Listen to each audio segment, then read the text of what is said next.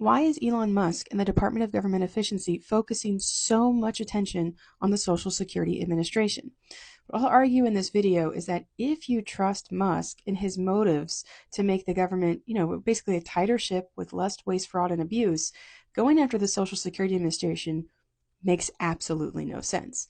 But if you don't trust his motives and if you think he's going to sabotage the government from the inside in order to benefit himself, it makes a ton of sense why he'd go after Social Security. So let me start with the basics. Social Security is funded top to bottom through your payroll tax contributions, including its administration. So when you pay 6.2% and your employer, or if you're self-employed, you pay another 6.2%, all of that finances Social Security, including the administration itself and all of the field offices. It doesn't get money from Congress to run Social Security. Social Security pays for its own administration through the same payroll tax contributions. It's a closed program. It doesn't get money from Congress. Well, you can go back to 1957 and see they have this table. I didn't minimize myself enough. They have this table to show you how much of your payroll tax dollars have gone to the administration of the agency. And you can see back in 1957, it was 2.2%. But if you fast forward to the 2020s and the 2010s, it's fallen to 0.5%, meaning that for all of the money that Social Security sends out the door, $1.5 trillion, they spend less than 1 cent of every dollar that goes out the door on administration. This is a tight ship, and arguably it has the lowest administrative cost of any program or any agency in the federal government. Now, past Social Security commissioners have said for about this period that this number is getting too low.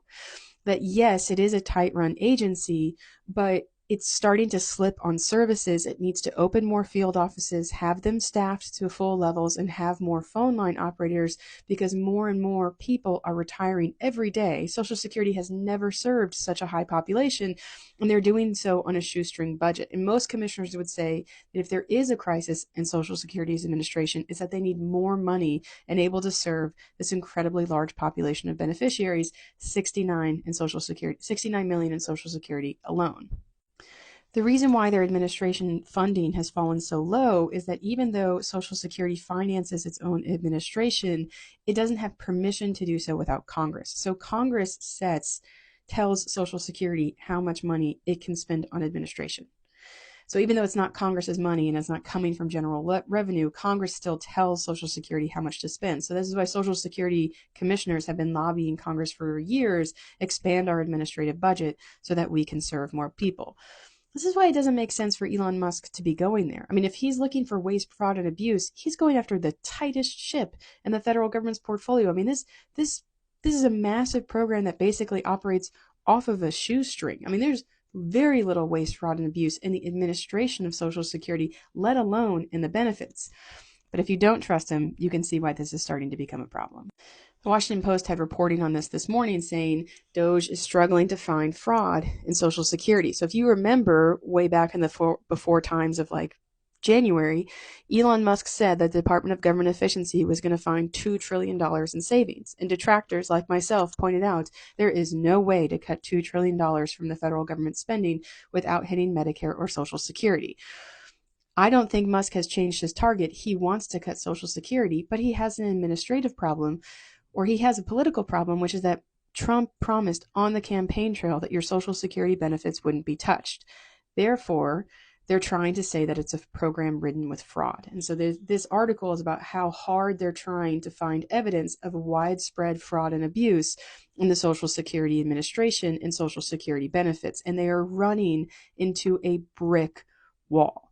So everything you've heard about the old people getting benefits that are 100 or 200 or 300 years old, that was all completely fabricated by the quote unquote DOGE kids. They just made it up. It didn't come from any piece of evidence. They just lied about it.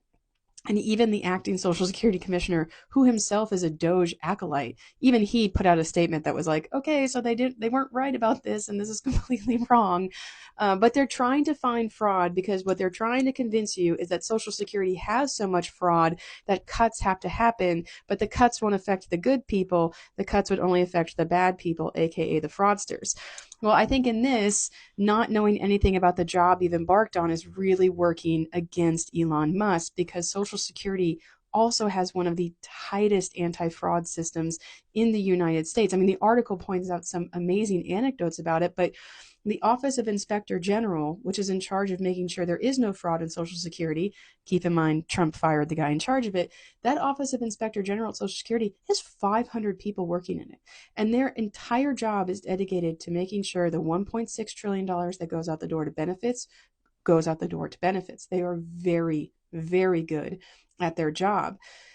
And that Social Security's fraud often comes from overpayments, which means that someone collects longer than they should, and Social Security recovers the vast majority of overpayments. So you're talking that maybe if you were to get down to pure brass tacks, how much the Social Security money goes to fraud, it's maybe $9 billion out of a $1.6 trillion outlay in total. That would still make it the least fraudulent spending in the federal government's portfolio. So he's attacked an agency that he is truly outgunned and outmatched. It has a very tight administrative budget, and it has virtually no fraud for a program its size. I mean, I think that what's happening is pretty obvious here. They're trying to create a political palatability for cutting the most popular, effective, and tightest run public program in the United States. It just happens to be the biggest. It's not a perfect program, but it's not wasteful.